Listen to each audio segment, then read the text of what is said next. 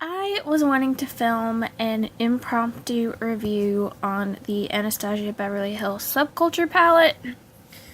I've been using this palette for a couple of weeks, and there was a whole lot of controversy with this palette when it first, well, there is a lot of controversy with it, that people were hitting pan, like, in the first day of using it. These are extremely soft shades. They're extremely powdery, and I only tap my brush in it once to get the pigment that I'm wanting. I've used the Lorac Behind the Scenes eyeshadow primer, and I've also used the Urban Decay primer potion, and they both have made my eyeshadows last very well, like all day, which are like 12-hour days, plus some extra. It's usually like 14-hour days by the time I'm done with it. I like using Cube and Electric with some NYX setting spray on my brush, and that intensifies them a lot. I've used them all over the lid as brow bone highlights, as face highlights, just mainly Cube as the face highlight, but I've used those, and I have hit the texture's different. So it kind of feels like hard pan, I think is what it's called. I think that's how you describe it, but I'm willing to work with it. I don't have shades quite like this in my collection, so I do enjoy this. I pair New Wave and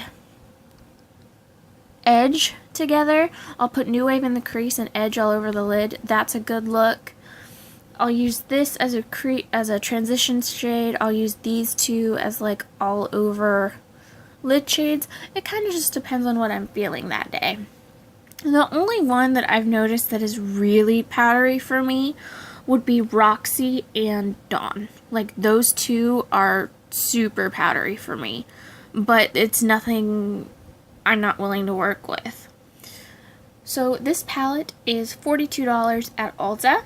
That's where I purchased it, and I would say if you're interested in this palette, swatch it in stores, see what you kind of think of it, and if you're willing to work with it, take a little bit of extra time blending it. I use my Wet n Wild brushes versus this brush that comes in here because this is a very hard brush, but I'll use my Wet n Wild fluffy brushes to blend out the shades, and it works a bit better for me. So I would recommend that. So overall, I would recommend this palette. I've been enjoying it, and you guys are going to see a vlog that I'm going to post in a while that is going to have me wearing these eyeshadows. So I enjoy this palette. I will continue to use it. And that is it for this review. I hope you guys enjoyed the impromptu review. Be sure to like, share, and subscribe. If you do subscribe, click the gray button to know when I post all my videos, and I will see you in the next one. Bye!